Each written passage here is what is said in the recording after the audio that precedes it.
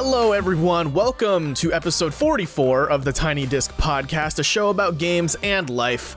I'm Robert Scarpanito, and I'm joined here by the delicious Jac Cepeda. Mushi, everybody. What up?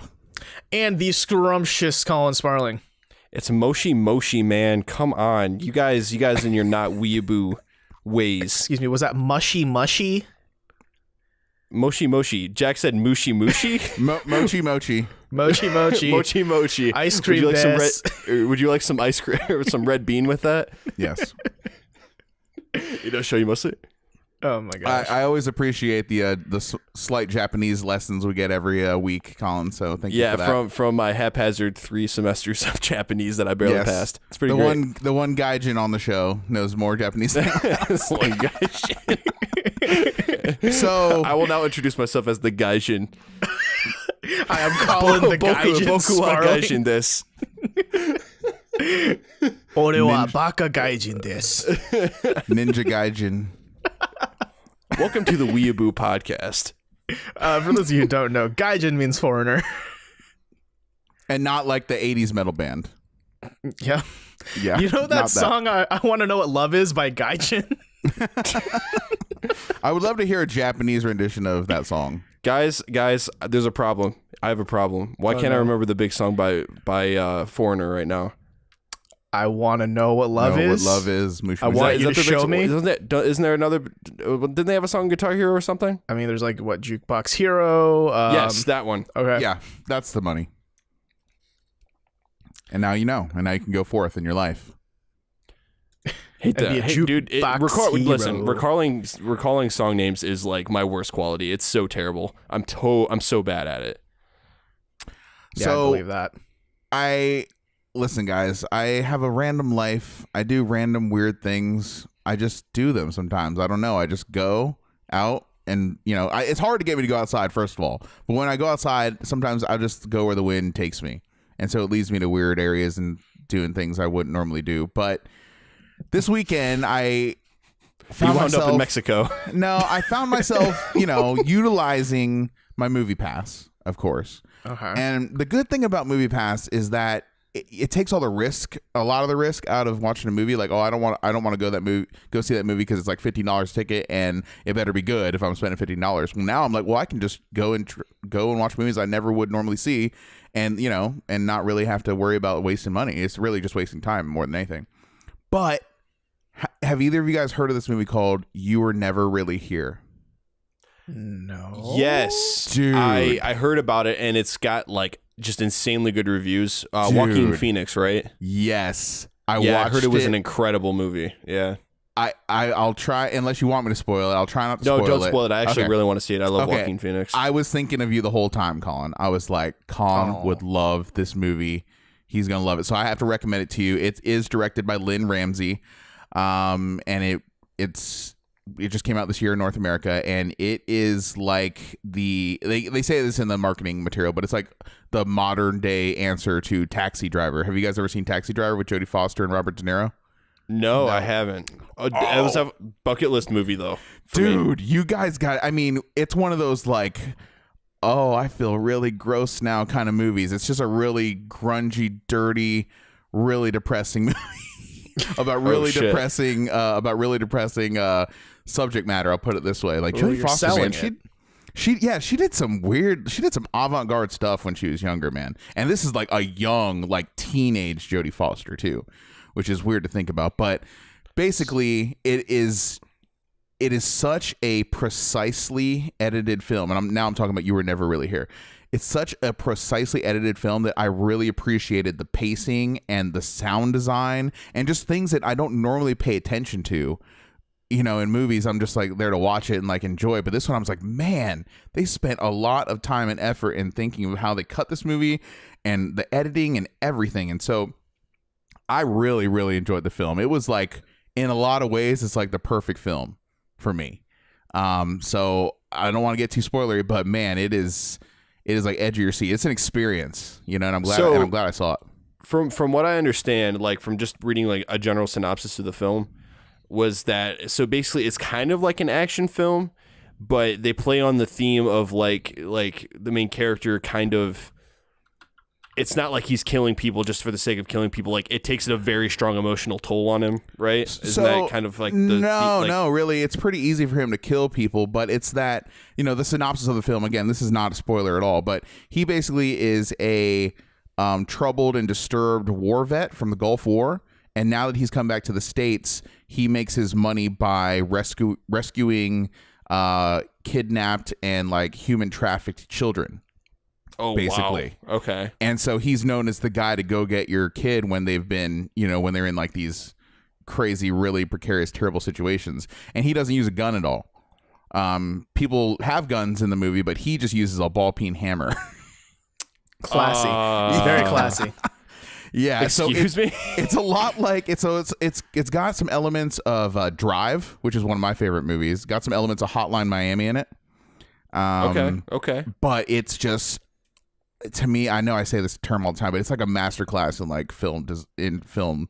Like, it seriously is. It's just like there's so many great lessons to be taken from this film, and it's unlike anything I've really ever seen. It does remind me of Taxi Driver. I absolutely get the parallels there, because you're involved with like an older guy and like a young child, trying to rescue a young child and stuff from a really terrible situation.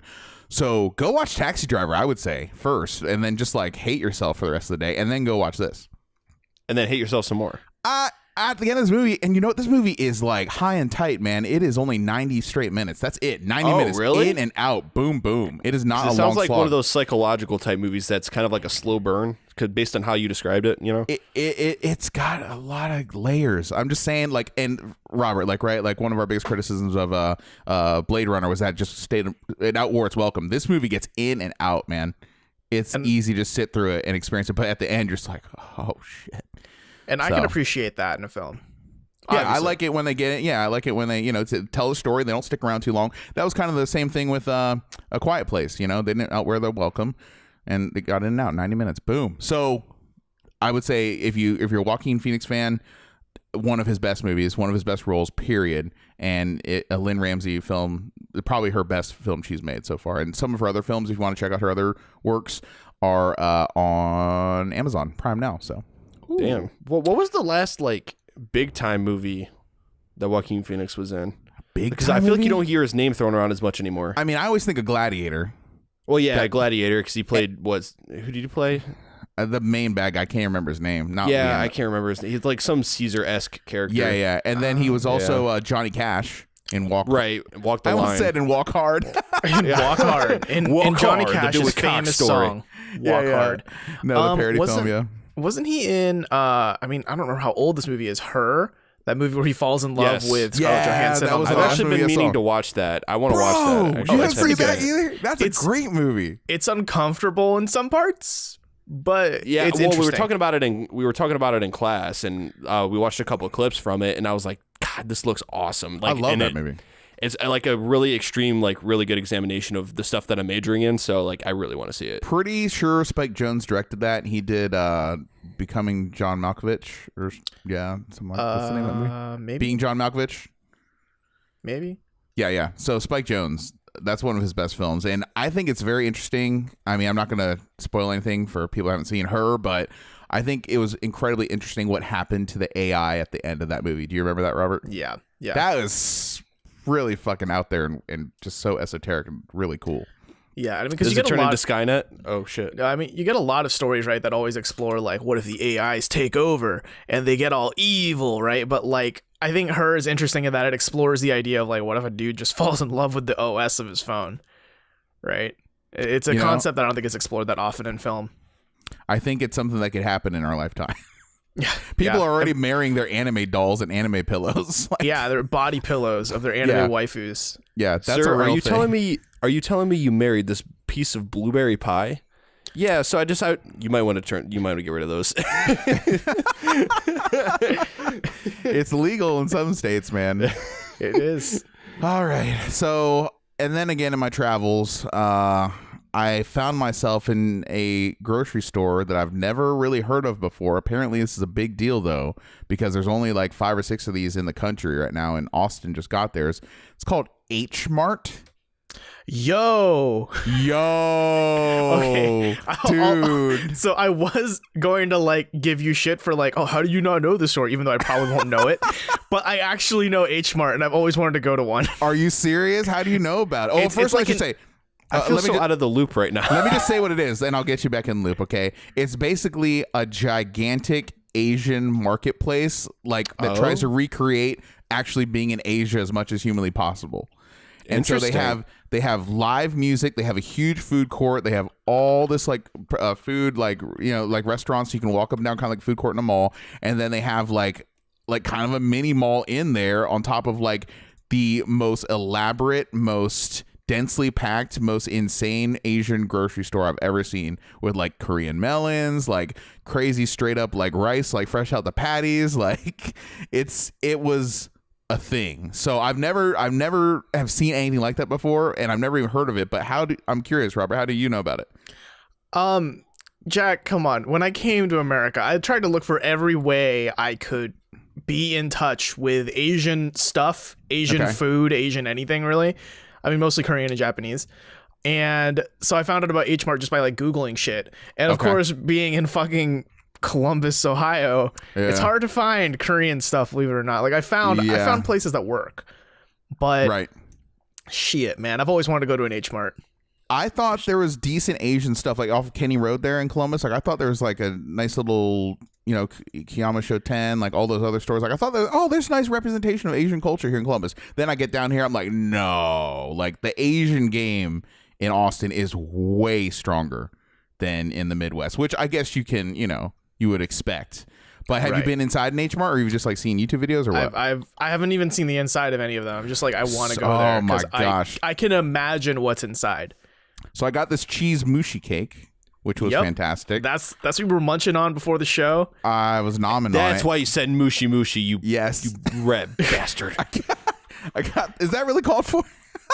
So I got the mushi cake. I got straight up Pocky. I got the green tea Kit Kats. I got yes, matcha Kit Kats are my addiction, bro. I got the Calorie Mate. I got a straight up like the most fresh out of Asia, like giant bag of rice, like a 25-pound bag of rice. Like this rice is gonna last me forever, and it's like the riciest. Like sushi rice. I always have like a 40-pound bag of rice. It's probably 40 pounds actually. Now I think about it. Yeah, it's so worth it. And it's just, man, I was taken aback because there's live music there too. There's like live music. Like, what do you mean though? Like a stage and like lights and like live music at all times. Are you not familiar with the concept of a live music show? What do you mean live? What is this live music in which you speak? I mean, like, did they have like traditional Chinese, you know, musicians? It was an Asian guy with a harmonica and a acoustic guitar, but it changes all the time. But that's what was there when I was there. So I had no idea what I was in for. Now that I know that is here, it is like a straight up destination that I want to go to, like in the morning, spend multiple hours there. The seafood is, need I say, is like the freshest seafood I've ever seen in my life. I mean, it smells like fish, don't get me wrong, but it is just so incredible. You see like master sushi dudes, like it's where you can get like the shabu shabu, you can get the hot pot, you know how they do the thinly sliced meat and all that. Like you can buy that there. I've never seen a grocery store where you can go and buy that. You know what I mean? Like you have to go to a restaurant and just buy and eat it, not go buy it and take it home. So now I'm like, man, I can do hot pot now. Like I can do all this stuff that I never really thought would be possible, you know, without going to an Asian restaurant. So I am very, very excited, and actually is less than a mile away from my old apartment. Oh, very nice. Oh, wow. Which is only, you know, it's about 15-minute drive probably from where I'm at now, but I totally am hype on that, and I'm going to go there for groceries like on the regular now. Oh, wait, so you didn't know about it before you moved? I knew it like was opening like right as we were moving. Oh, and it's newer. Okay. Yes, this is totally newer. Collin, can I blow your socks off? I'm going to blow your friggin' mind. Whoa. What's up? There are like 4, 5, 6 H Marts in like Washington State. 3 of them just around Seattle.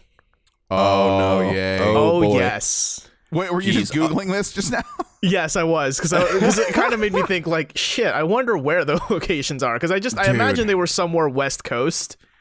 It is not just like one of the nice. It's the best supermarket experience I've ever had. I've never been to Weidman's or Wegmans or however you say it, so I've heard good things about that place.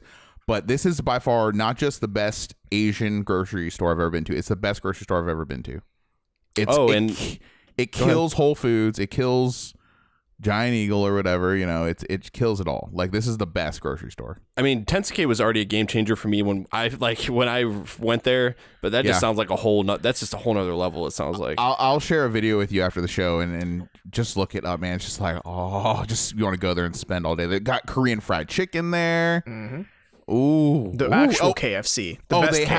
They have a snow monster in there too with the what do you call that? That shaved ice dessert. What's that called? Bingsu. That's it. Busing. Ooh. Yeah. It's just like Asian overload. They have like massage chairs you can sit in for free. Wow, yeah, dude. It was an experience. You're getting me hyped. And it's worth mentioning that part of the Tiny Disc podcast will very soon be doing the Pacific Northwest. So how soon look out for that. Soon? Very soon. July. Oh my gosh, that's really soon. Dang. Yeah, guys. Collin and I are going to be moving out to Seattle. Confirmed? Confirmed. 100% confirmed. You're committed to the show. It's going to happen. Oh yeah, I know. I can't go back on my word now.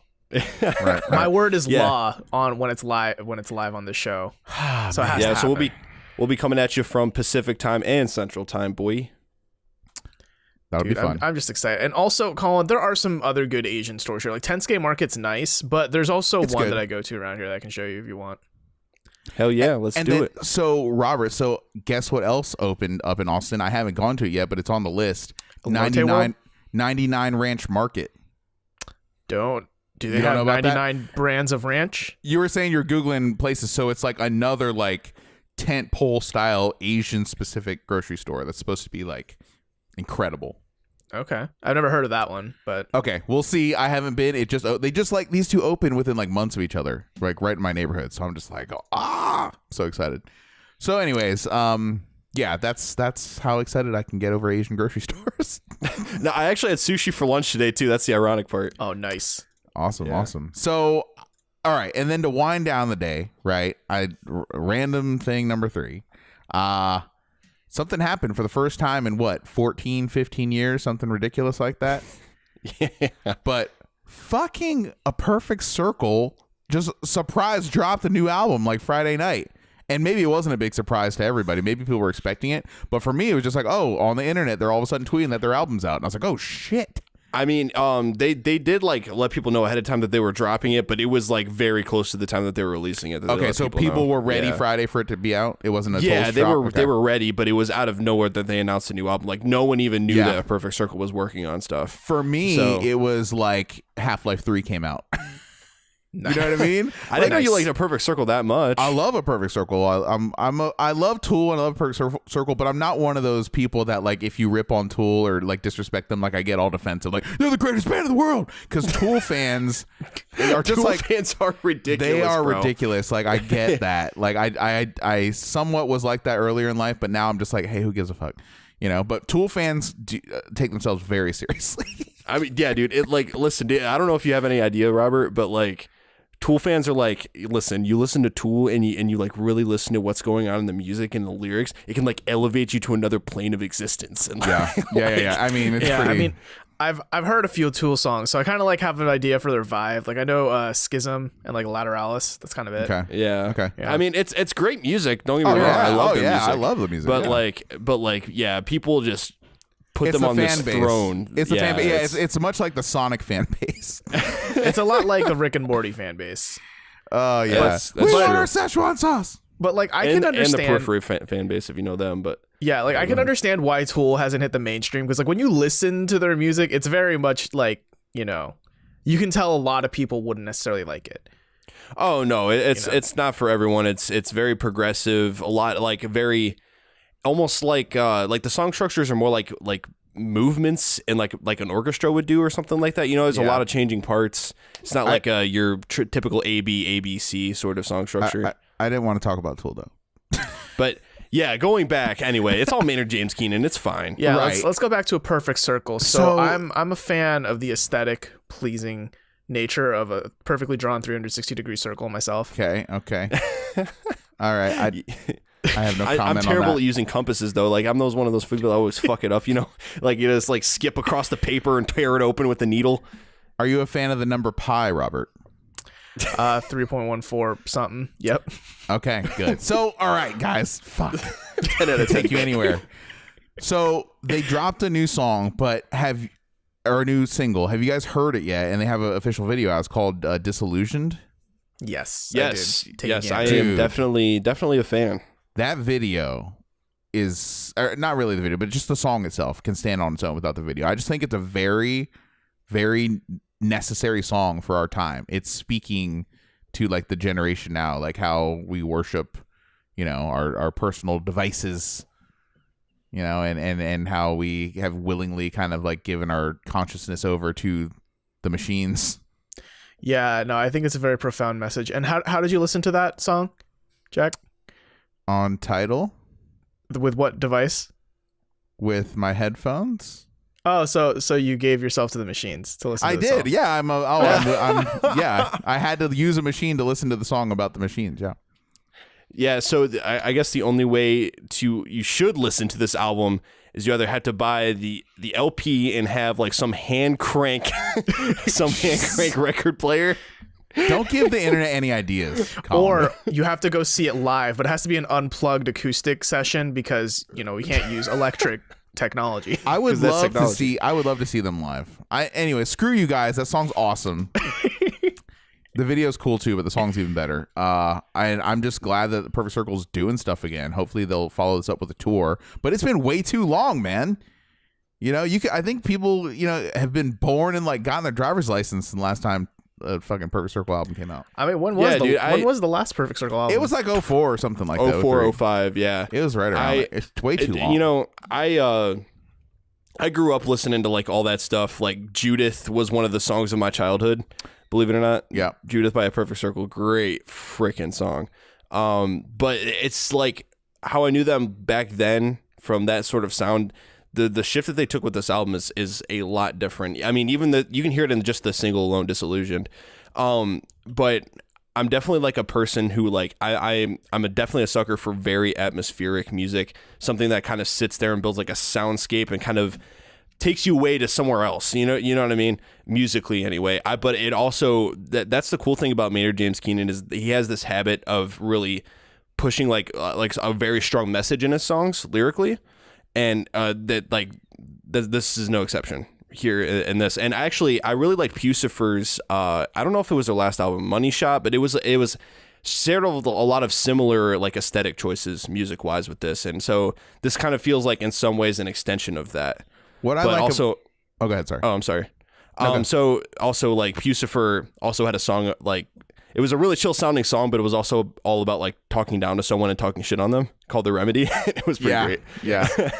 I was going to say that what I really have come to respect and look for in Perfect Circle is that they're not with their sound. They're not afraid to mess with dynamics and with tempo. Not at all. And with like the resonance of the sound itself, and just like it sounds all like hippie shit, but I'm like, it's not just made in Pro Tools, you know, and then realigned and like sounding all shiny perfect like, you know, electronica or EDM or whatever. It's raw, you know, and like they're shifting tempos all the time. They're actually getting quiet in parts. I think even Disillusion has some silence in the middle of it too, which is like unheard of.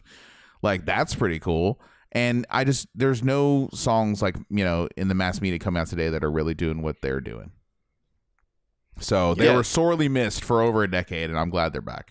Yeah, and Tool's coming out with a new one too soon. Yeah, we'll see. I'm not going to believe that one until it's in my CD player. And even then, I would be surprised. I would not be surprised if I stuck that new Tool CD in my CD player and it was just like all Maynard James Keenan's just farts or something. It was just him farting. It's the climactic finale. Here you go, Tool fans. He would totally do that. He's hilarious like that. He totally fucking hates Tool fans. Maynard James, no one hates Tool fans more than Maynard James Keenan himself. Are you serious? That's a weird thing to say. Dude, he fucking, like, anytime someone, like, asks him about Tool shit, it's like, It's like Half-Life 3 and Gabe Newell. It's like every time someone asks me about the new Tool album, I just push it back another 3 months. Well, it's not really, in a way, it's not even like really his band. I know that's kind of weird to say, but it's like he doesn't call many of the shots. Like, did you guys see or hear of the interview of Maynard James Keenan with Joe Rogan? Have you guys listened to that? I listened to a good portion of it. Dude, I didn't listen to all of it, though. It is so insightful into how Tool works. Like, they basically spend like 6 years, 7, 8 years writing an album, and then when it's done, will he go in and put in the lyrics? But they have to have all the music down before he'll put down any lyrics to a song. And he writes it to the song. He tried to like interject his own, like he'll write lyrics and try and put it in songs, and it's never worked. So he always waits till they're done, and then they finally say, okay, we're not going to change it anymore, and then he'll start writing. So that's what takes so long. That's pretty bonkers, actually. 6 to 8 years, though. I mean, think about it. The albums. They come out like they're forever and a day, you know, apart. I mean, I was listening to this stuff back in like 98. Like, it's almost as bad as A Perfect Circle. Yeah. Right. In terms of like, you know, time. Or System of a Down, for that matter. Jesus. Oh, they're done, right? Or no, I think they had a reunion tour in the last 5 years. They've been touring together like on and off for like the last 5 or so 6 years. I saw them back in 2012 with Deftones. Like, wow, they're still touring and doing stuff. And then they did this really shitty thing. And I know this is kind of a tangent, but this is quick. They did this shitty thing where they're like, they showed like a bunch of posters, and like they were posting, and they were like, it looked like it was a build up to a new album. And then they posted like, it was actually just 3 tour dates over in California with a poster in the background. It wasn't actually the cover of a new album. And they put hashtag not the new album. I'm like, that's so shitty. That's garbo. Why would you do that? Wait, is it even confirmed that they're working on a new album, or is it just tours? Yeah, because, I mean, they showed themselves in the studio. Chavo said they were working on new stuff, and there's been like so much back and forth. And then Chavo said that Serge is the person that they're waiting on to get the album done. Like, they're literally just waiting on Serge to get on board. I realize this might piss a lot of people off, but I kind of don't want another System of a Down album.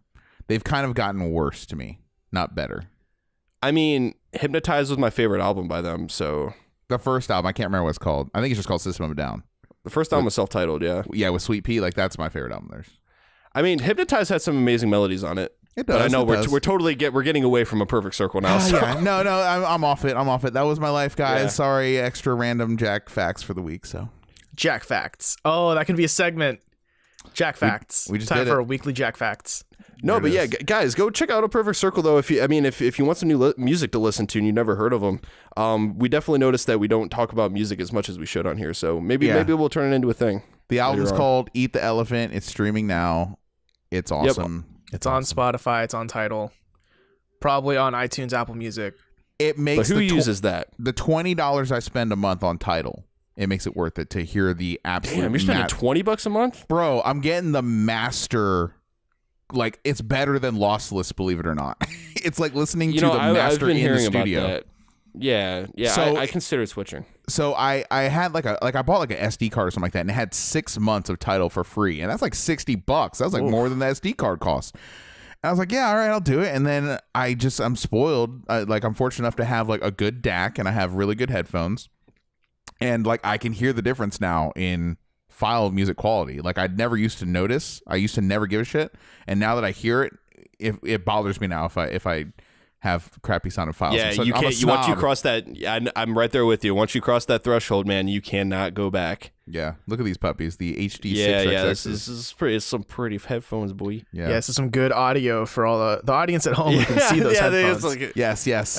All right. So we've talked about movies. We've talked about Korean supermarkets. We've talked about music. Let's talk about some video games, guys. All right. So I think let's get the big one off everyone's chest that I'm pretty sure all three of us have played. Are you talking about the seminal release, Dad of Boy? Dad of Boy, released on 420, where Kratos is done killing all the gods, and he just decides to blaze it up with his son, which is a little weird because his son's like really underage for it, but it's a good story. This got weird fast. Okay, so all right, I'm gonna ring it back in. Yeah, so all three of us. God of War, guys. Okay, first of all, give me your initial impressions. Boy. Yeah. That's about it. Whatever. I have lots of words and thoughts here, but we should say, are we going to try and be spoiler free? Yeah, I can talk about the spoiler free pretty easily. So yeah, okay. How far are you two? I'm like right before the end. So Jesus. Oh wow. Yeah, I played a lot. Okay, I am maybe 5 hours in. I'm guessing. Oh boy. Okay. I haven't made it to the mountaintop yet. I've made it to the mountaintop. Okay. So was Martin Luther King there? Yes, he was. And he said, I have a dream that one day Kratos will kill all the gods. Spoilers. So here are my thoughts here. I did not think I was going to like this game. And though it has some flaws in it, I do like the game, but with some caveats. I'll start with the negatives, I guess, first. I really hate how it doesn't run at a solid 60 frames a second, even on the PlayStation Pro. And if you're playing it at 1080p, it's still like 40, 45 frames a second, just enough to be annoying, where you can kind of get some smoothness. If you're in the interior, then it runs really well. And that's the kind of disappointing part, because you're like, oh, this is how it should run when it's at 60 frames locked. And it's great. But then as soon as you go outside, it's nope, goes all the way down to 45. So I'm like, come on, man, this is what the Pro is for.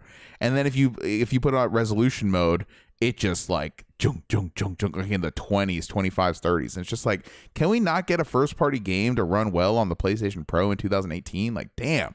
So that's something that I didn't have that many problems. That's something that disappoints me. I'm not saying it's a problem. It's just like it should be locked at 60, especially at 1080. You know, on a PlayStation Pro is what I'm saying. You know, but it doesn't hit 60. It never touches 60, dude. It doesn't even get close.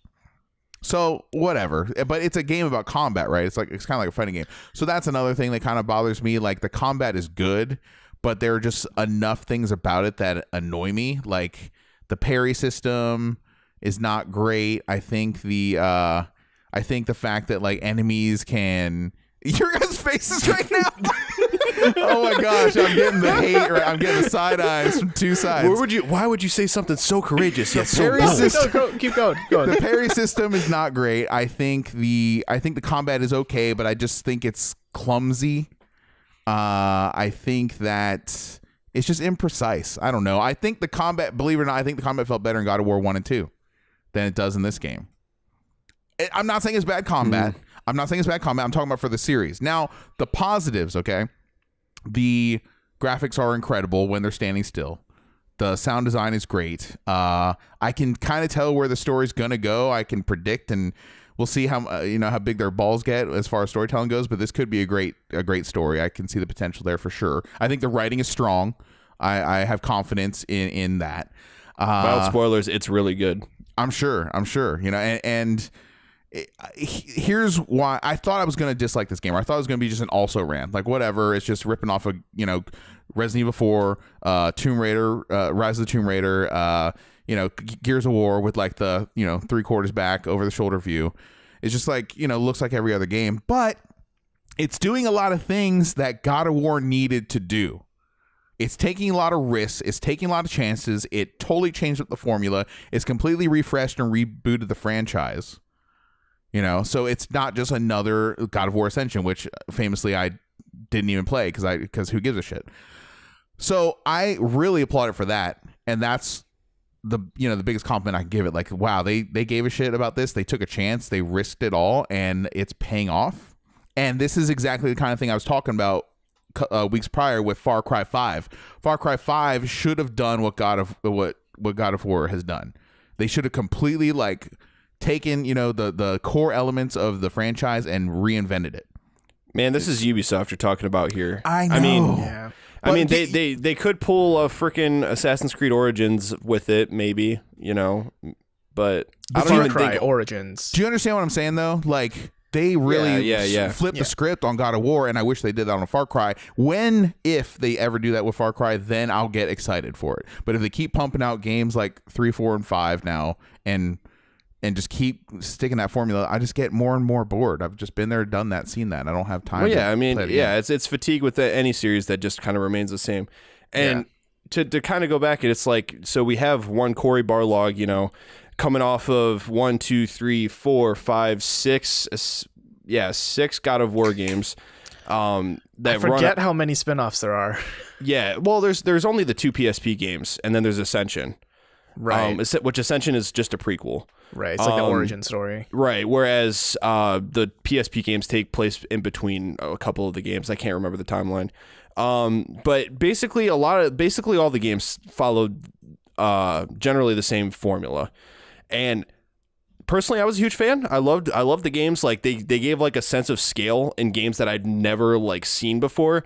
It still blows my mind that God of War 2 can do what it does on a freaking PS2. Yeah. Like it's incredible. Yeah, it's sweet. They really took advantage of the hardware. They squeezed every last drop out of the PS2. And then God of War 3 was that just thrown into HD and even taken to even bigger heights, scale wise. And the story wasn't the greatest, but then, Ascension came out and the series just started to fizzle out. Everyone was getting fatigued with it. And Ascension generally didn't sell well. It did not sell well at all. And got moderate to low reviews. And so Corey Barlog's like, well, shit, guys, we're going to have to take some time off. We're going to have to, build this back up. And there's actually a reaction video of Corey Barlog right after the embargo for this game lifts. He reacts to the reviews. He videoed himself and put it on his own YouTube channel. Yeah, it was very good. And it's like, I've never seen, like, you can feel every single one of his emotions. Like, he's like, all right, guys, I'm opening the reviews now. And he's like, oh my God, thank you. Like, he's like his first reaction, like, not yeah, like a prepared he's just like, yeah, because 93, 94 on Metacritic, like just 10 out of 10, like everywhere. I mean, this game is very highly critically reviewed. And to me, getting to my perspective on the game, I think it lives up to the hype, at least for me. This game is the perfect game for me. Like, it hits every one of the buttons. It's got almost like a Zelda-esque structure to it. More in the way of like the 3D Zelda games, which I really, really like. And that hits like it kind of almost reminded me of playing Twilight Princess for the first time. Can I just say there was a point like 5 or so hours in where I was like, this is literally Ocarina of Time right now. Oh, no, not that. Wind Waker. It's like literally Wind Waker right now. I have a feeling it pretty much is. I have a feeling maybe that I haven't like gotten to the part of the game where it completely opens up like that then. Oh, so, you haven't? No, it still feels very linear to me. I'm sure it's going to change, but yeah, it changes drastically. I'm still having gameplay elements kind of revealed to me slowly. Like I'm just now upgrading weapons and stuff and armor. You're probably pretty close though if you've been playing 5 or 6 hours. Yeah. Right. And so just as like kind of other mild spoiler things, like, they throw in an upgrade system, like you can upgrade everything. And of course I obsess over that. The gameplay feels so tactile. Throwing your axe feels so good. Dude, the way the controller vibrates, the way it vibrates when the axe returns to your hand. Oh yeah. I love that feeling. It's shunk. Like it just like lands on your hand no matter where it is. I love how like, depending on where you throw it, you can hear like extra noises it makes on the way back. It's like ting, ting, ting, ting, ting. Yeah. Yeah. And it's just so nice feeling. I love that you can drop it or throw it and like 20 minutes later you can go like as far away as you want and just hit triangle and it just snaps back. It's so funny. Yeah. And the ridiculous, I mean, there's not a single load screen in this game. They hide the load screens really well in this game. They do some really smart stuff. I never thought about that. Yeah, you're right. The only time it loads is like when you die and like, you restart. Right. Mm-hmm. And just the way Kratos moves, I don't know, for me, I know Jack kind of refuted this, but I feel like it feels really what's the word I'm looking for? I don't know. It just generally feels good to move Kratos around, like with that over the shoulder perspective. And I actually read that they debated for a really long time where they should put the camera on this game, because actually during development they had it pushed way farther back, and I don't think that would have captured the same feel. I wish it was more. I wish it was more dynamic though. I wish it like shifted like with the world and then maybe came back to home base, so to speak. But I mean, yeah, if they would have did that kind of like what they did with the other God of War games, kind of like to show you the general scale of the game, I guess that could have been cool. I definitely don't disagree. To clarify what I mean by his movement, I think moving him is fine until you get surrounded by enemies. And then also, like, the movement is limited because that's why they have that shortcut, snap back, turn around, 180 button, right? Yeah. Because that gets you into, because having the camera there gets you into tough spots, and they needed a quick ejector button out of that. So that's what I'm talking about moving him. But I think he moves generally fine. Yeah. And another thing is like, you're also early in the game. So, like, you later on in the game, you get a lot more attacks where allows you to have more population control, essentially. Yeah, you can clear a room a lot quicker later on because you get more area of effect type attacks and things like that. Right, because I do agree with you, Jack, that like at first when I started the game, I thought the combat was kind of like, oh, is this it? And then like when I looked at the skill tree, I was kind of like, I hope those actually like do enough to keep combat interesting like 10 hours later. And yeah, it works really well. I mean, it's deceptively simple. Yeah. But it's really nice having all those tools at your disposal, and it's not so complicated where you're kind of like overwhelmed with like, oh no, what should I do at this moment? You know what I mean? Like you always kind of have an answer to every question. Mm-hmm. Yeah. And what I like about like kind of the upgrade to system too, since I mean you can find like new abilities and like new attacks through chests and stuff like that, which is cool. And you can upgrade those through experience to add more damage and things like that. But on top of that, like one of the criticisms I was reading about the game was that some people think the upgrade system and like the leveling up and the stats and all that stuff is a little bit too deep for a game like this. But in my opinion, I think it's kind of like the perfect amount of complex. It's not so overly complex that you're playing The Witcher. You know, you're really micromanaging all your items, all your status effects. Like you are doing that to a certain degree, but it's not to that level. You're not like oiling your blade or anything before. Right. The boss. You're not doing anything ridiculous like that. I mean, you can get it there to a certain way where you can like, throw abilities up and have like, a passive effect going when you're going into a fight or whatever. But I think it's just like the right amount of balance, like to tickle that RPG player in me, but still be more like kind of like the streamlined Zelda type gameplay. What I like about the skill tree is that they really do a good job of dangling the carrot in front of your face. Like, wait till you get this. You're like, oh, that looks awesome. Something I want. They show you like a little video in the top right of like, this is what it looks like when you do it. And it's like, oh, that's extra cool. Yeah. And that's the coolest thing. And they do a really good job at like gameplay reward balancing too, like from a design perspective. Cause it's like, when you get a quest or whatever, they'll be like, okay, so like, here's what you got to do for the quest. And here's what you'll get. Like, here's a possibility of what you'll get for doing that quest. So you can genuinely decide whether you want to do that quest for what you get out of it. And and so I don't know, just the way that they go about all that stuff, just it makes it super satisfying to progress Kratos as a character and also progress through the story. What difficulty are you guys playing on? Balanced. I tried at like the hard difficulty, not God of War, but like the one above, and it's frustratingly hard. Oh, you mean lower than it? You mean like the one before God of War, the one? Gotcha. Yeah, like level 3, not level 2. Gotcha. It's tough at first, and part of that was also me like kind of getting used to it, because it's this weird thing where it kind of feels like Dark Souls, but it also feels way more fluid than Dark Souls ever was. So you've got to be like on your feet, you've got to be quick. And the hard difficulty makes it like 3 hits you're dead. Yeah, I've heard that, and like literally like 3 hits and you're done. And so what I was gonna say is that this is literally a Dark Souls informed God of War. They are going for some Dark Souls here. I mean, that's why the action buttons now are on the triggers. There's a little bit there. I've never been a massive fan of that. But I guess I know I'm not a massive fan of it, but I guess it's necessary because if you're like if dodging is like an integral part of combat and you'll die if you don't dodge, then it makes sense to have it so you have to keep your thumbs on both thumbsticks while you're attacking, I guess. You can swap them, right? You don't have to play in the triggers. Yeah. I mean, but I'm a fan. Swap to the face buttons. I know, but when I'm evaluating a game, I know this sounds weird or maybe traditionalist, but I want to play the game like with a default control, because I want to know what do they think is the best way to do these controls. That's what I hated. That's what I hated about Cuphead so much, because their default controls are absolute shit. See, I think what's interesting though, right, is that it frees up, like with the shoulder buttons being your attacks, it frees up your thumb to do a lot of things, because you have the dodge button, and then like if we're talking in combat, then you also have the return, like axe return button, right, triangle, and then you have the boy button, square, right. So like he launches an arrow. Yeah, fucking, I love boy so much. Whoa! So I mean, Robert said it. Yeah, I said it. And I love boy so much, singular. Wow. No, but I mean, like it frees your thumb up so much. Like I couldn't imagine playing it with like square and triangle being heavy and light attack. You know what I mean? To me, maybe it's because I'm a seasoned Dark Souls guy, but like it makes a lot of sense. And I just kind of want to double back on some of the things you guys said, because Jack, you said that the sound effects are like fucking phenom. They're good. so good. Like my favorite thing is both the sound of the axe returning to you, and then also there's this one move you get later where if you're barehanded and you hold down the heavy attack, you like shove your shield into their face, and then like you punch your shield to make it ring like a gong and create a shockwave. And the sound for that is so powerful, and it lingers. Cool. That sounds cool. It's really great. I'm just the story though. We haven't even gotten the story yet, but the story.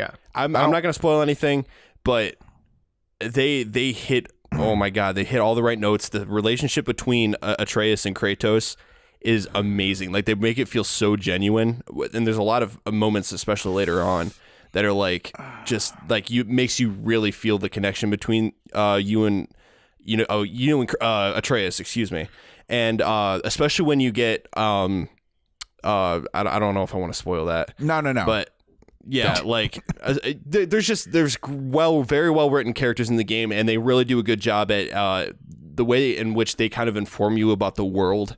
Is very intuitive. I thought it was super interesting the way they went about that. You're fairly certain you're right before the end here. Like, does the game do a good job of signifying that, or do you think it could continue? It straight up tells you like, hey, do whatever you need to do before you go do this next thing. Like, we're not coming back here. Okay. Yeah. But no, I agree that like the addition of Atreus makes this game incredible. And I don't know if you've read some of the news stories after the game came out, but apparently Corey said in interviews that they thought of removing Atreus like kind of soon before launch. Like they thought that he wasn't a good element to the game. And they also thought of removing the whole like one camera shot idea. I don't know if you guys noticed this, but like the camera doesn't cut. No, it doesn't. Unless you die, right? Like there's no cut. It's always just straight one shot, one track. Which I'm a fan of that. I've been playing it in awesome. I'm playing it in immersive mode. So there are I was just gonna say that, yeah. Yeah, I don't even notice sometimes where it's like, oh, we're in a cutscene, okay, right? But it's like it's really cool, and it kind of keeps you in the combat and in the story a lot more.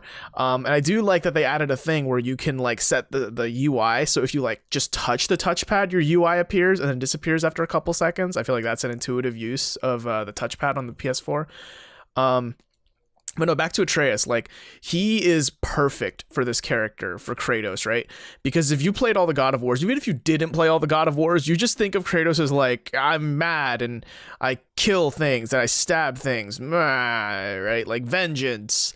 He's kind of like a one-track character almost. And like, you know, there's a lot of, like there are reasons to it, right? Like he's had his grief. But I think Atreus brings it out in such a way in this game, unlike any other God of War I've seen, where even just like the very little things, like, you know, you can tell like Kratos is being super hard on him, but you kind of get the sense of like it's coming from a good place, or as good of a place as it can come from a guy who's died multiple times already. Who has died multiple times and killed dozens of gods, including his own family, and has their ashes all over his body. Yeah. Also, this like isn't really spoiler because they say it early in the game, but like Atreus doesn't even know. Right? He doesn't know Kratos' past. Right. I didn't pick that up. I didn't pick that part up. Oh shit. Yeah. That's okay. No, I should know. I mean, they by do now, right? They do let you know. Yeah, they do let you know pretty early, and that's basically what I really like about the story too is if you played the previous games, like it does a lot of good service for you to like if you have played the other games. It makes you feel for the story in some ways a lot more. Because they give certain nods and things like that, but it's definitely 100% a game you can jump into without ever playing the other games in the series. Yeah, and you still care about the characters. Yeah, I never played the other games. This is my first God of War, actually. I just recently watched a video of like, here's everything that happened in the past God of Wars. So now I kind of like understand more of where the story's coming from. I mean, it's still pretty much like, you know, basically Kratos just went up to Olympus, is like, fuck you, Zeus, and like fucking kill all the gods. And it was like, but I mean, obviously it happened in a really, really epic and over the top way where, you know, you're riding on the back of Titans and like overtaking Mount Olympus. And it's, God, you should play God of War 3 at least. But still, like, God of War 3 is not the one to play, I don't think either. I think God of War 2 is probably the peak of the series. God of War 2 is the best one. God of War 2 is definitely my favorite. I'm somewhat surprised you hadn't played the first one or the second one. I wonder if those would hold up now for you. I'm curious. I mean, I love those games. God of War 1 is one of the only games, very select few games will I play all the way through twice, and God of War 1 is one of them. Then the rest of them I beat once and I never returned to. But God of War 1 is like such a classic in so many different ways. I just wonder if it'd hold up for someone like you, Robert, that is new to the series. Because I mean, I'm enjoying my time with God of War, like this new God of War, but I don't plan on going back to play the previous ones personally. So, I mean, yeah, I actually played the old ones like kind of recently. I have like all the HD collections on PS3. Right. And I was playing through the PSP ones because they made those a collection for PS3, which is pretty nice. And like the gameplay still holds up really well. Like I think it's a type of game that it's kind of like Devil May Cry, right? People still play Devil May Cry because the gameplay feels fast. The mechanics are good. Yeah, very fluid. Good. Yeah, the gameplay is just nice and it's very solid in God of War. I mean, granted, there's a lot of QTEs, and say what you will about those. It depends if you're a fan or not. But other than that, like the combat feels tactile. There, you can upgrade your blades. You can upgrade the type of attacks that you get. You get different weapons. Like it's still a full blown great game. It's both from playing wise and just the amount of stuff there is. The way to feel old is to remember that God of War 1 on PS2, you had to play with a corded controller. It's just like, oh man, remember those? Those are a thing. Yeah. But I'm bringing it back to modern day God of War. I think like this is a must have for a PS4. Like so many people are buying PS4s and PS4 Pros for this game. Like it's a system seller. Huh? Yeah. I see that. 100%. I mean, even on the Kind of Funny Facebook group that I check all the time, like they had to stop all of the God of War threads that were being created in this Facebook group and basically create a giant mega thread because the Facebook group was getting flooded with nothing but God of War posts. Like everyone is going apeshit over this game, and it's justified. Like I can't. Like, I don't think I have an inherently negative thing to say. I mean, there's some things that, here and there that I might be like, I don't know about that. But, like, there's nothing where I'm like, damn, this is bad. Like, everything about the game so far, like, hits all the right notes for me as a gamer. Same. Like you, Robert, I'm glad I'm playing in immersive mode. I'm glad I got in there early. I did leave on the one option, though, to see, like, what the fuck you're picking up. Because I would hate that if you just pick stuff up and you don't know what resource that is or whatever. It would just drive me crazy. Yeah. So I left that option on, but it does make you pay much more attention to the world and kind of what's going on there. And I guess I hate my last thing being a criticism of this game, but, like, the thing I can't stand is, like, okay, like, we're back to Last of Us kind of territory. We're like, okay, the adult now stands against this wall, push the button to make the kid go up and let the chain down so the adult can climb over the wall now too. You know what I mean? There's a lot of that in the beginning. I hope the full game doesn't do that over and over again because it's just a really tired mechanic. And I was kind of rolling my eyes that they're doing it so much in the beginning. It does come up, but I've never found it intrusive. Personally, it's just like I don't know. It's just like a way to involve the kid. It's just like it's not necessary at all. Like to me, they cover it up well with like good dialogue and good writing. Like that's what a lot of this game is. For all the downtime, like, whenever you're just kind of sitting there waiting for like something to appear, or like whenever you're riding an elevator or something, like there's just dialogue that kind of speaks to the relationship that I guess distracted me from the fact that it's another tired old mechanic of like having your follower do something for you. Mm-hmm. Yeah, I mean, I never found a problem with those sort of things. I think it gives more opportunity to like write in story beats and things like that too. I don't know, like they do kind of build dialogue between Atreus and Kratos throughout, but I don't think that them having companion things to do like actions and stuff like that. I think it makes sense within the scope of this game. Let me ask you. I mean, oh, go ahead. No, go ahead. That's pretty much all I had to say. Sorry. Let me just ask you my last question here. Is it normal for me to be at this point in the game like annoyed with this kid? Like I don't like this kid. Like, is he annoying to you guys in the beginning? Am I weird? Am I a broken man? Like, should I be like, oh my boy? Maybe. I mean, because he's annoying as shit right now. He's like a baby. He's like a wuss. I kind of like him. I thought he was pretty great. Like early in the game. That's part of his character progression for sure. Like, it's really cool because it a little bit later on, like Atreus will start being like, Dad, was that good? Am I fighting okay? Like he asked for critique and Kratos to be like, you need to pay more attention. Like you need to be more swift with your movements and blah, blah, blah. Yeah, you need to be more efficient. Right. But as you progress through the game, he's like, that was actually very good. Like you've seen your way through battle and things like that. Like, cool. Yeah, but it goes along with as you upgrade Atreus, which is kind of funny because it's like appropriate. But all right, good. Well, okay. I'm glad to hear that goes somewhere.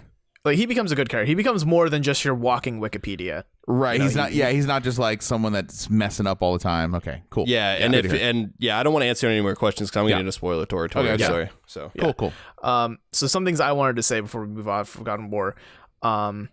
One, that very first boss fight, like with the stranger, mm-hmm. that fucking sold me on like this is gonna be a good game. Because that was an intense fight, bro. Yeah, that was such a good fight, and that to me it sold me on like this is gonna be a great mix of like over the top like Dragon Ball Z style action and like straight up emotional like just overtones. Oh, so good. Yeah, and that's what you can expect. Hurt me. That's what you can expect from God of War. I know that this is your first one, but like that definitely is a hallmark of the series. And I do love. I did enjoy the camera work there, and I thought it was pretty cool sequence for sure. It was like, wow, I really can't kill this guy. This is gonna suck. Mm-hmm. Yeah, and go ahead. Oh, just another thing I wanted to say is that I kind of see where you're coming from, Jack, when you say like parrying feels weird in this game. There are 2 upgrades you can get later on that give you like 2 counterattacks when you parry, and those were like it was like flip of a switch for me. Like that feels great. All right, maybe I'll appreciate it when I get those. Yeah. Yeah, like there's one when you knock them, like when you parry, you just punch them with the lip of your shield, and it knocks them the fuck back. Like it's like a shockwave. They go flying. It's really great. It just feels really good. Like the combat will feel bare bones for a while, but as you get further in the skill trees and like you start incorporating more tools into your combat, it's gonna feel a lot better. Yeah, and I need to see different bosses too, because I can't keep fighting the same dude with like the stone block like 5 times in a row. Like, come on. Yeah. I actually that is kind of, I guess, a little bit of a negative thing I could say about the game is they do a little bit of reskinning a lot. Like, you know what I mean? They do take like, we're gonna take the same enemy but give you like a higher level version of that enemy and just change the color palette a little bit. And now he's purple. Right. I mean, but it's, I don't know, it's one of those things that are like, kind of really though, but like it's also one of those things where like, I don't really mind it though, because you get to know how to fight these enemies, and they just give you like a more difficult, more dynamic version of that enemy. Okay. So it's not entirely a deal breaker, but definitely something worth noting. Well, everything you're telling me is making me look forward to the rest of the game. It just means I got to play more of it. So I'm early in, and I'm looking forward to it kind of blowing up and expanding. I'm looking forward to it. Yeah. Once it opens up, I think you'll be convinced. Oh, for sure. Like that's for me was like, this is it. This is a great Hallmark game. Collin, before we get off this, like you say you're almost at the end. About how many hours ish would you say it took you to get there? So the game doesn't really keep track of like gameplay time, I don't think. But I would guesstimate around 25-30 hours. Dang. Okay. So it's a beefy game. There's a lot to say. Yeah, I would say, I think I'm probably the 25 or so mark. All right. I played all day the day it came out, all day the next day, most of the day the next day. Like, I was hooked. That game sank its teeth in me hard. Wait, you still haven't beaten Nier, so that's fine. And our weekly giving you shit for that. And it looks like if it's going to be that long game, I might not have beat this game till November now. I like this game better than Nier, personally, so just saying. No one, we don't need to cross this bridge. Okay. Well, I haven't beaten God of War yet, so I will reserve my judgment. So we've been talking about God of War for like 30 minutes. Anyone else have other games they wanted to talk about this week? I do. Well, hit me. I went to the lab, motherfuckers. I went to the Nintendo Laboratory. Labo. Oh God, you took the $80 plunge. No, it's only $70, I think, for the variety kit. Oh, okay. And I am impressed. I am impressed. I was not expecting it to be this awesome. It is not really a game. I know this sounds corny, but it's transcending games. It's the next big thing. It's much more competing with Legos. This is actually Legos in Nintendo form. So Nintendo Labo, I haven't seen anything from it since that E3 video, and I was like, oh, that's cool. And now I'm playing it, and I was like, oh shit, it came out. And as I understand, like it's in shorter supply too. People are kind of snatching these up.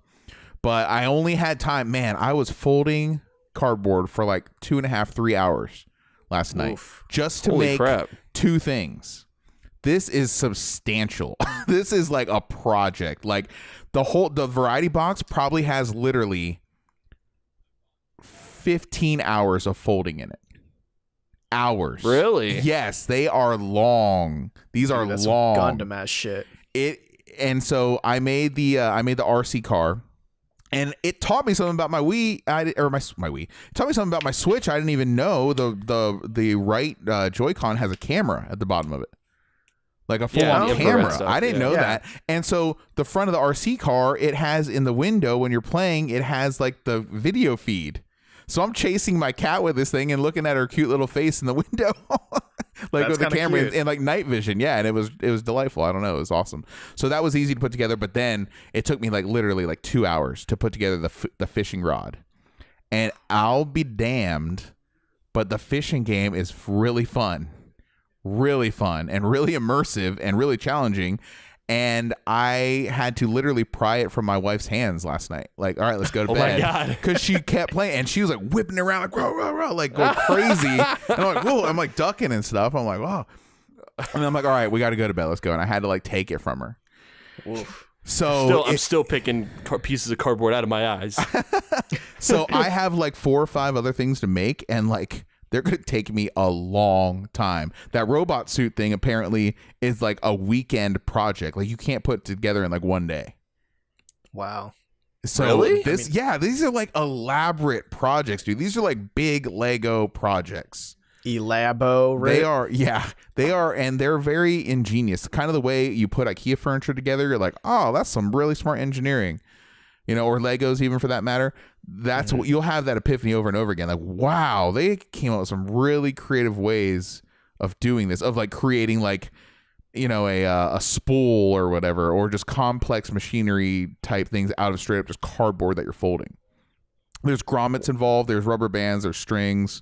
There's levers and pulleys and buttons and stuff. And it's just really a lot of fun, man. I don't know. It's better than I thought it was going to be. And I already thought it was gonna be cool. It's better than cool. And also they let you they give you like access to, I don't know enough about this to really make a intelligent conversation about this, but from what I understand, they give you access to like programming tools and like APIs to reprogram, to be able to have linear, like a very fine control over how the Wiimotes will react to like create your own inventions. If that makes sense. Yeah. They'll let you code the system yourself to create your own kind of experiences.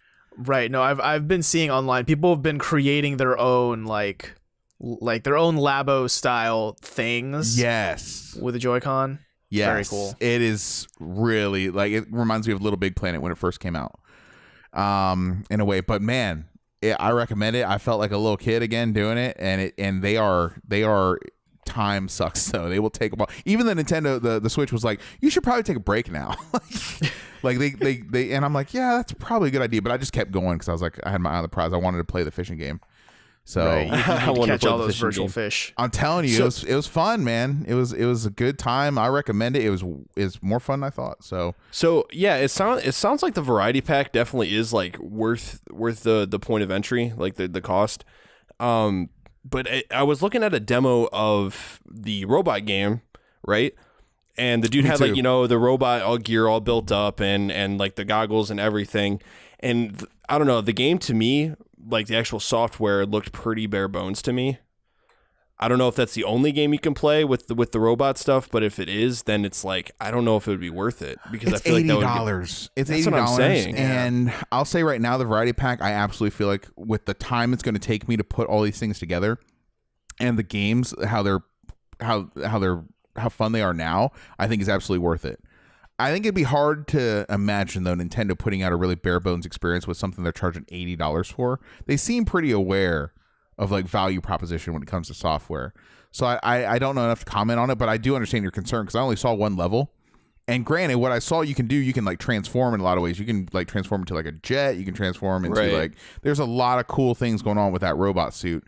I don't know if it's too small for me. Maybe I'm just too big a guy to try. It might be kid size, but it does look like fun. My other concern with it though too was like, it looked like it uses like 4, maybe 5 Joy-Cons. Oh, the robot suit? Yeah. Really? Like, I didn't know that. Yeah. Like, if based on looking at it, it looked like the dude had at least like 4 Joy-Cons going on, because he had one in each foot, like one in each hand, and then one on his head. Like, I'm like, dude, Do you really expect me to buy a whole nother set of Joy-Cons, if not 2 more sets? There's got to be a mode maybe where certain things are unlocked the more Joy-Cons you have, but you can still play with 2. There's got to be. There's got to be. I would hope so, but that's kind of ridiculous though if you have to buy freaking 2 more sets of Joy-Cons. It does some cool stuff, man. I mean, yeah, you're right because there is that one that goes on your visor. I like how you're wearing this like cardboard visor, and if you pull it down, it puts the game in first person mode. I think that's hilarious. Right. It's fun, man. It's going to be interesting to see how this moves forward because like Labo is surprisingly being a bit of a success, right? Like I kind of didn't expect it to do as well as it is. And to my understanding, I wouldn't be surprised if like a Labo Variety Pack 2 came out. Bring it. Or Variety Pack 3. Yeah, if I'm fully expecting to really fall in love with the rest of the stuff, especially like the keyboard and like the motorcycle, whatever. And if I do, which I think I will, I'm probably gonna buy the robot suit. We'll see. Nice. But I'm open to it. I'll put it that way. But it's fun, man. It's really fun. Speaking of fun, I played another game over the past week, and I'll make it quick. But it's an indie game called Lightfall, which was it was revealed it wasn't revealed, but it was on a recent like Nindy stream. Like, you know, when Nintendo was doing one of their directs, that was like, here's a bunch of indie games coming to the Switch soon. Lightfall was one of them. And I remember being like, that was kind of the only one I was like impressed with, because it's like a platformer, but you make your own platforms. Okay. So you get this thing called the Shadow Core, which like when you jump and then you press A again, it creates a square under you. And you can just like keep doing that to jump higher and higher, but only up to 4 times before you can touch solid ground. Or you can press like a different button and it creates a square to the side of you that you can then wall jump off. Oh, wow. Right. Interesting. I'm watching it now. Yeah, cool. Yeah. So it was funded on Kickstarter, and it's developed by this Canadian studio named Bishop Games. It's coming out actually today, the day that the podcast is going live, April 26th. I don't know. It's priced for $15, which I think is kind of worth it depending on what kind of gamer you are. I got a review code for it, and I reviewed it at GameLuster, so you can check out the review at GameLuster.com. Self-serve. And it's pretty solid. It's very like, it'll tickle that part of your brain who's into speedruns and who's into like, you know, optimizing your platforming like chops, right? So if that's something you're into, like if you're a hardcore like Sonic fan or something like that, you might find something to enjoy in this game, because it's part like it's not just learning how to run through the stage the fastest, but it's also learning what's the most efficient way to place these platforms as I go, so I don't lose any speed and take as many shortcuts as I can. It looks like just looking at it, it looks like a fusion between like Sonic and Limbo. Yep. Yeah, it's very Limbo inspired in terms of its aesthetic. It's got a lot of like cool blues and purples, which is just like I'm fine with that. That's like all my jam. The music isn't anything to write home about, and the story is very like meh, shoulder shrug. It's all right. You're really there for the gameplay. You're there for the experience of like, you know, hey, I'm running through these levels, I'm jumping up and wall climbing off this shit, and you know. Yeah, it lives and dies by its platforming mechanics, it looks like. Oh, for sure. Like if they released like a DLC pack or even like free updates of like, here are more levels, that's definitely the strength of this game. Is Bill Nye doing a Switch game? I don't think so. Oh, it's at Labo. He did a video for Labo. Okay, never mind. Oh. Cool. No. Bill Lightfall, Nye is a Switch guy. Lightfall looks very interesting. It's got a cool art aesthetic too, from what I'm watching. Yeah, for sure. Like I'd recommend it if you're even remotely into platformers. It's something worth checking out, if not on a sale, at least. Yeah. Did you said it's on the Switch? It's coming out on the Switch, and it'll be out on Steam as well. I believe the studio is planned for a PS4 and Xbox One release. That's just no release date yet. Okay. Yeah. Man, I'm still waiting on Celeste to go on sale. Didn't it go on sale like a couple weeks ago on the Switch? Oh, did I miss it? I don't want to play on Switch. I need something with an actual true diagonal.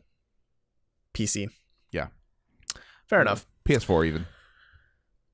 So that about does it, I think, for games for this week. So let's switch gears and let's talk about some news.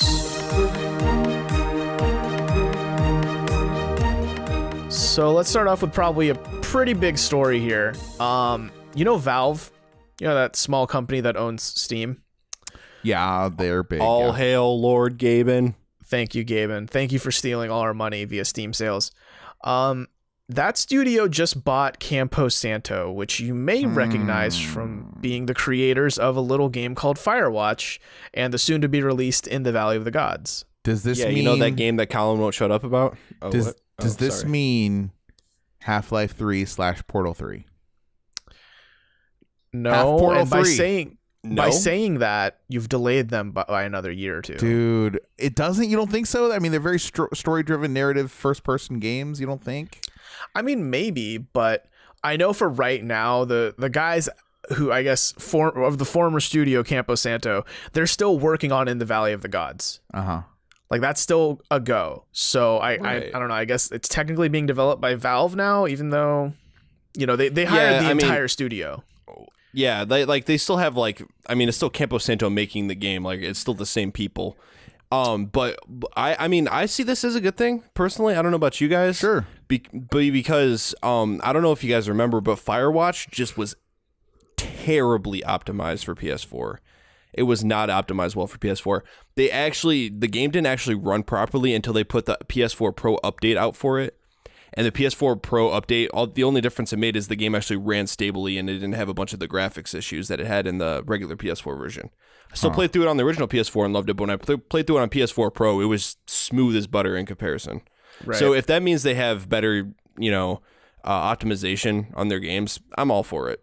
And even that allows Campo Santo to make even larger scale games and, bigger scope of vision and things like that. So I'm all for it.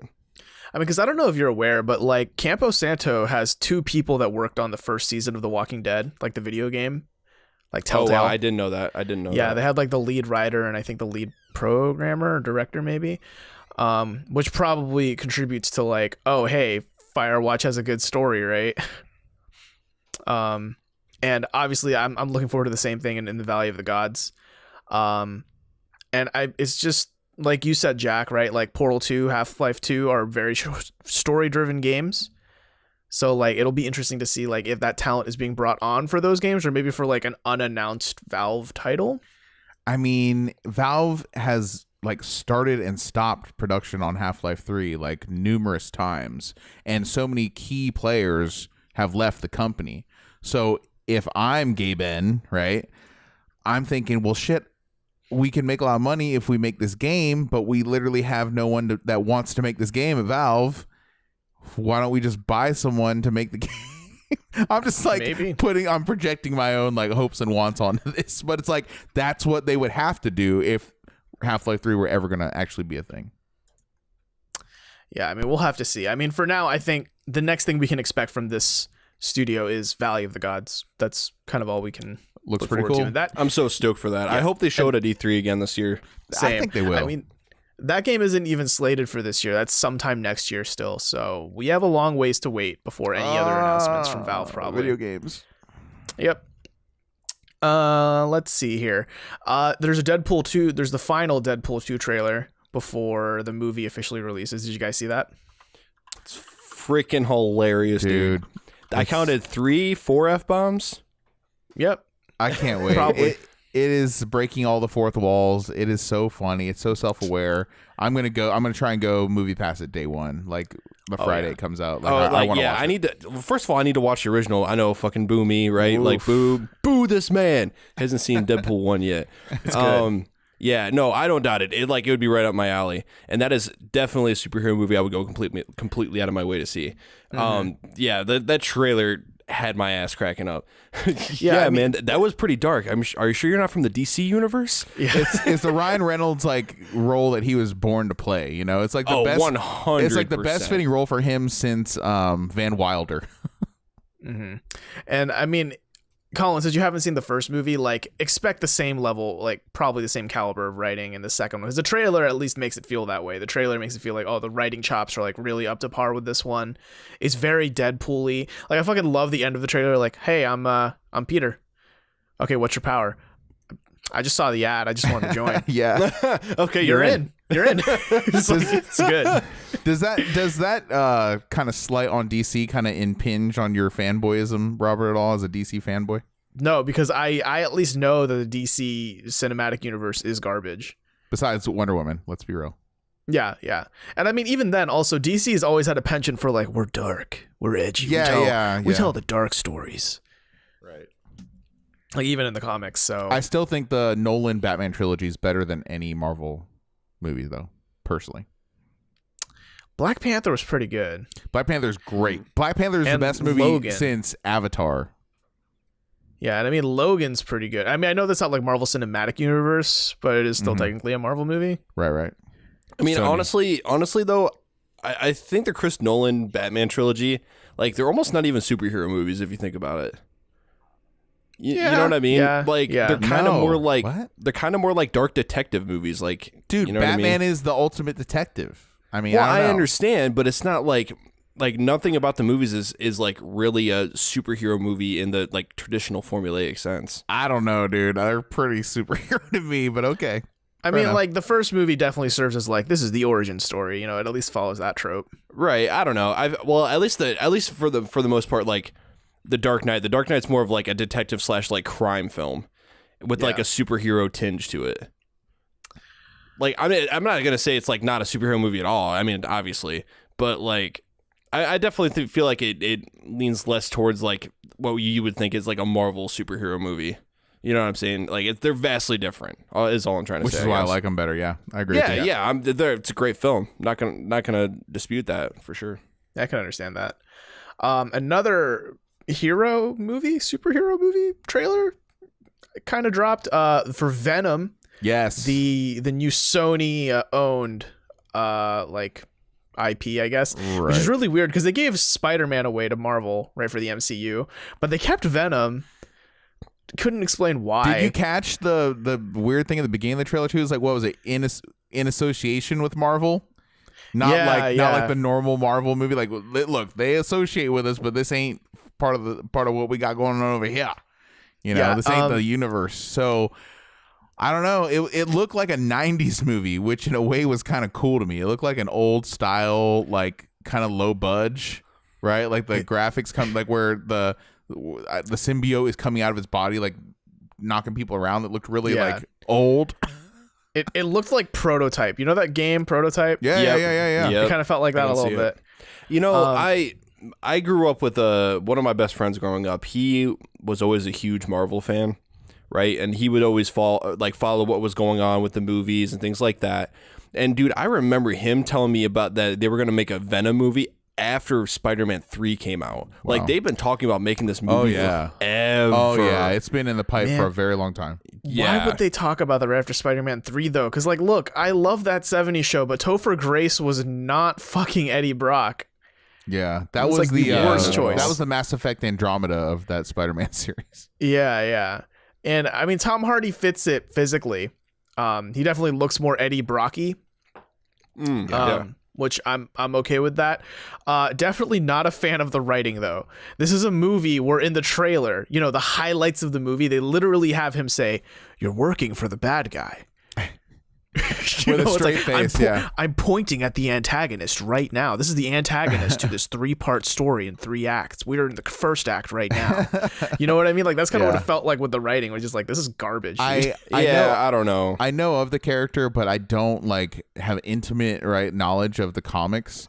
But from what I hear from people that do have knowledge of the comics is that everything happening in this is like incredibly, incredibly faithful to the comic book. So people that really know Venom should be very happy here because they are like following it to a T, much like they did for the first half of the Watchmen film too. But let me just ask you guys: the money shot is, you know, we get to see Venom at the end here. Yeah. So that's really what this is all. This is what this is all kind of coming up to. I had to see what they were going to make that look like, and he looks pretty much just like the comic book. Mm-hmm.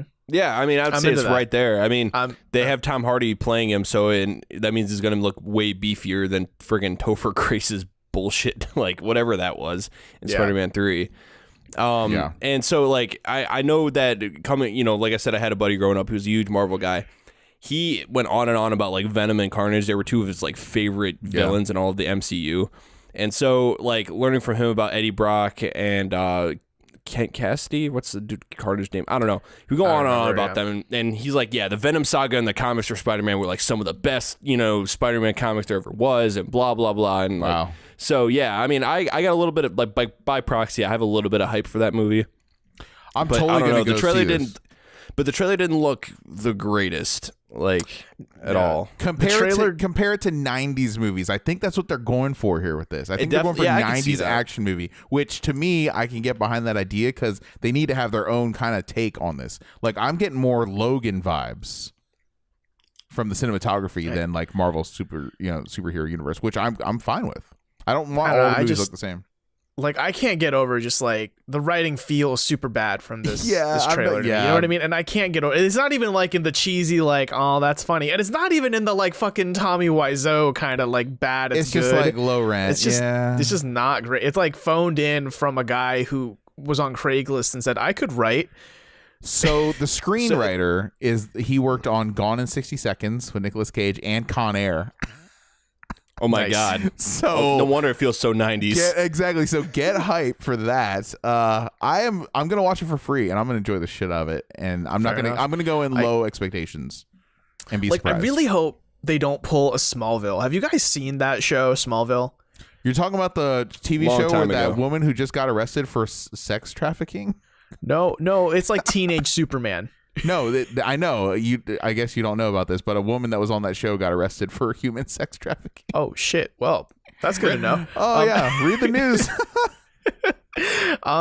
But no, like, I remember, like, I watched all of it, which I will never understand why I did that, because it's like 10 full fucking seasons. Wow. And, yeah, and he doesn't even wear the Superman suit until like the last 10 minutes of the last episode.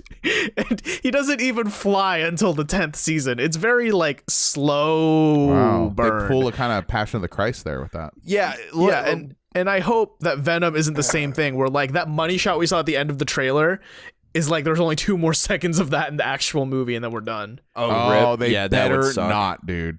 Yeah. No, I want to see the suit in action. Same. And I didn't know the suit had its own voice and he's like fighting with it. Like I learned something. That's kind of like that's the thing symbiote. That's like Venom's character, right? It's Eddie Brock and the symbiote kind of like sharing the same body and kind of going back and forth. Yeah, that's a cool idea. I can see it going places. So I'm gonna say, like I said, I'm gonna go into low expectations and let them surprise me. But I have to see this in theaters. I have to. Dude, same. I will never. One of the very few Smallville episodes I ever caught. There was one that I watched, and I don't know why. I'll never forget it. But it was the episode where they explain how he gets heat vision. Yeah, and he's like, I get heat vision by thinking about sex. Yeah, I'm like, what the fuck? Because here's what it is too. It's like I think they're watching like a video, educational video, quote unquote, like about sex ed. Yeah, sex ed about lions or something, right? And then like all of a sudden he's like, oh, gotta go, and he's like covering his eyes and he like heat vision everywhere. I'm like, what in the fuck? Yeah. And like he has to talk to his Earth dad about that, and his Earth, like, it's a very awkward conversation of the birds and the bees and also heat vision. Like the show was fucking weird, I can never forget that now. Like every time that Superman does heat vision, he's thinking about someone getting boned. Yeah. Yep. That's even when he's canon. Angry. What does he think of like fucking hard, like really hard sex or something when he's angry?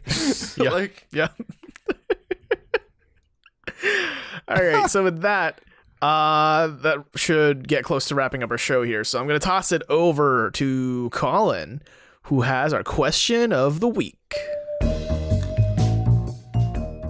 Yes, sir. Yes, sir. So I don't know. I think I was in class or whatever, and I came up with this interesting question. So we talk about esports every once in a while on this show, right? Mm-hmm. And this game's esports, that game's esports. ESPN's covering League of Legends, Overwatch esports now. Pretty crazy stuff. But I wanted to ask you guys, if you could turn any game into the next esport, what game would it be?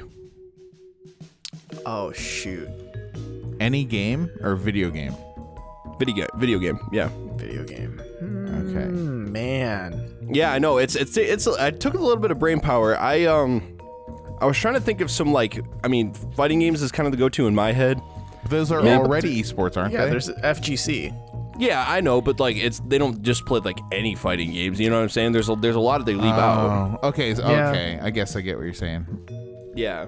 I would love to see competitive. Well, I guess Team Fortress 2 already isn't it, an esport?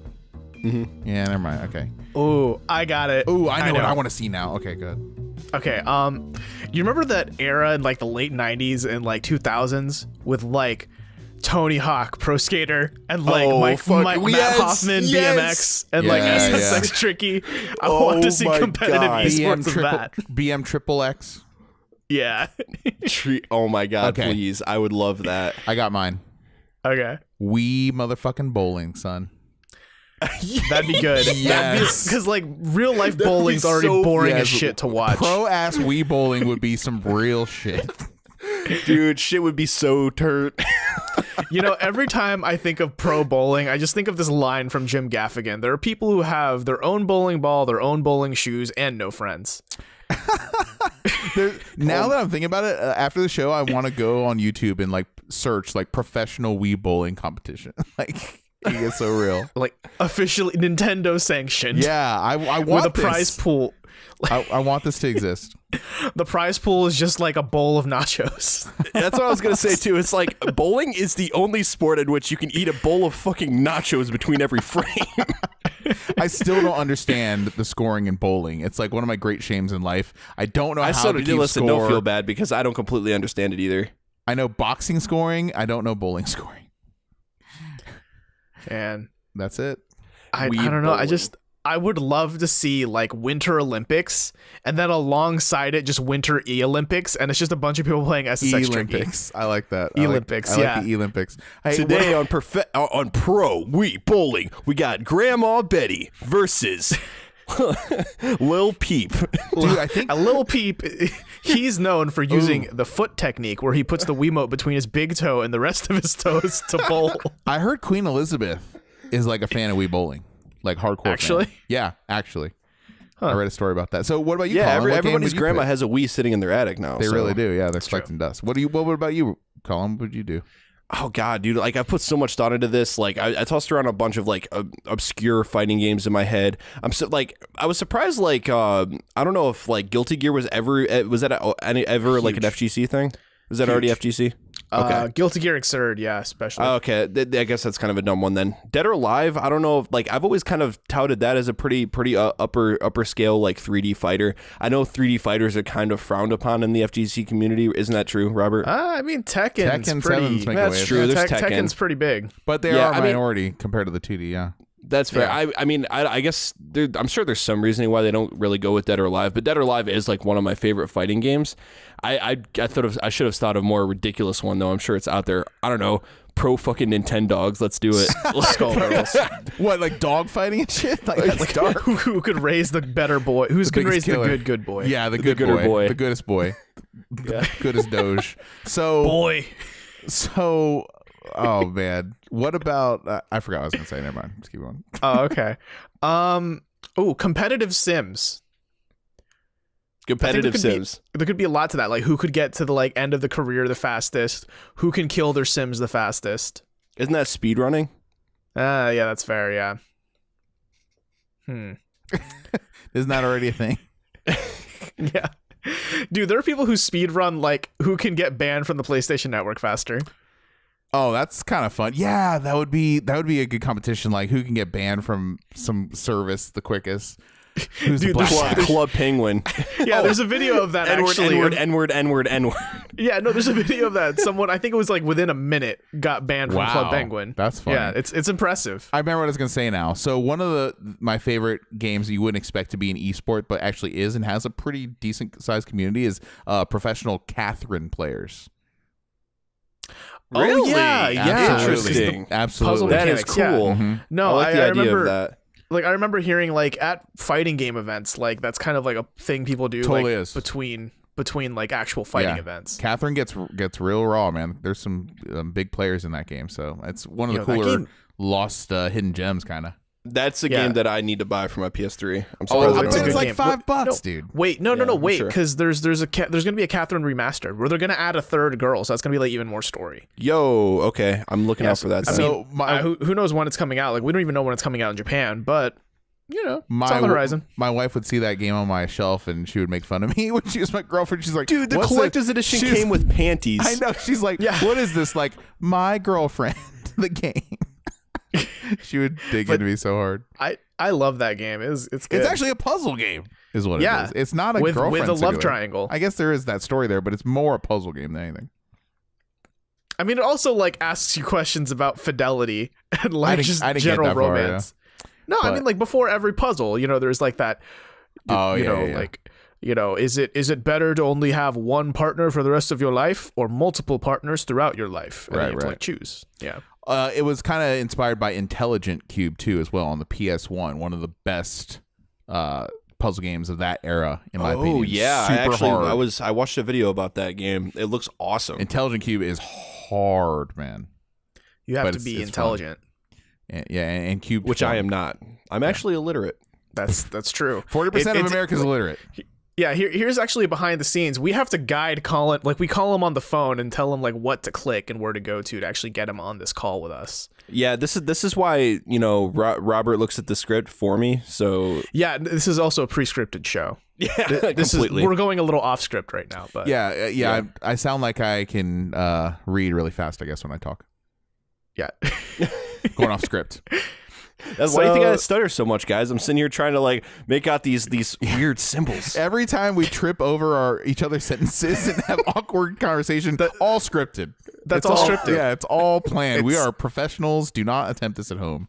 Yeah, in other words, we are not Terrace House. We are not unscripted. Yeah, we farmed this out to our writer, Jeffrey. That reminds me, I was listening to this. You guys will think this is funny. This is the last thing I want to say. So I was talking about Terrace House to you guys. I was talking about Udai and all this stuff, and like all his antics and all that. And I get off the call, and my wife's like, "Who died?" And I'm like, "No, Udai. That's the name of his character." She's like, "Oh, I thought you were talking about some Udai's social life. Maybe that's who died." Yeah, Udai. She thought I was talking about like some dark show or something like that. Jeez, like I want to see Udai. No. All right, so that about does it for our show today on the Tiny Disc Podcast. Thank you so much for listening. If you have any questions, comments, concerns, feedback, anything you want us to read live on this pre-recorded show, you can email it to us at tinydiscpodcast@gmail.com. You can also find all of our social media links at tinydisc.com. That's also where you can find all of our previous episodes if you're so inclined to go through our backlog. If you enjoyed this episode, feel free to leave us an iTunes review. That'd really help us out and mean more than you know. If not, go to a fighting game tournament and challenge everyone to a game of Catherine. And whether you win or lose, tell them to listen to the Tiny Disc Podcast because we told you to do it. Yeah, it's good. So where can we find you guys online on the internet? You can find me at booboo__55, aka Collin Amato on Twitter. And on the note of esports, I'd just like to give a shout out to the guys over at the Game Arena here in Hilliard, Ohio. These guys are awesome. They're doing great things. They have an esports arena. They have over 50 custom made tower PCs that they built by hand. Whoa. They have DX Racer type chairs. They're insanely comfortable. Freaking desk side food service that you order right at your desk. This place is amazing. Yo, they built a PC bong in Hilliard? A PC bong. Wait, no. Okay. Is it actually? It sounds like a PC bomb. Yes. What? I'm so confused. Okay, a PC bomb cafe. it's a Korean internet cafe where it's basically that. There are a bunch of high-end PCs. Yeah. I was order so food, they bring confused it to you. because I thought you were referring to something to do with Mary Jane. Okay. When you told me, hey, there's a game arena, I was like, oh, okay, cool. So you just play esports there. But it's not a fucking this game is arena. sounding way It's a PC cooler. bomb. This sounds way cooler. Yeah. So anyways, shout out to those guys. They're super cool. The owner's doing awesome things with that place. They've been open about 2 months. What's if it you guys called? are in the area, check it out. It's called Game Arena, Hilliard, Ohio. I want to check it out when I go there. Not now. a great name. Let's go there, Hell guys. yeah. Let's go there. When Right I get now. Yeah, we can. We can no, totally go. when I get to Columbus next, like 3 weeks, 2 Yeah. weeks. Yeah. But yeah, where can we find you, Jack? I'll be in Columbus in like 2.5 weeks. I'm really excited about it. That too. You'll find me at H Mart buying the baked wheat cake, cheese mushi cake, tweet at me with your favorite variety of the mushi cake. Actually, don't tweet at me because I'm not on Twitter anymore, really. But find me on the Instagram at mr._Cepeda, and we'll see you there. Yeah, gram at him. Is that how that works? I don't know. I don't know what you do. And you can find me on Twitter and all the social medias at Pinoptimist, PINOPTIMIST. Thank you so very, very much for listening to this episode of the Tiny Disc Podcast, and we'll see you next Thursday. I'm going to go eat this curry on my desk that my roommate brought me while we were recording. Bye, guys. Nice.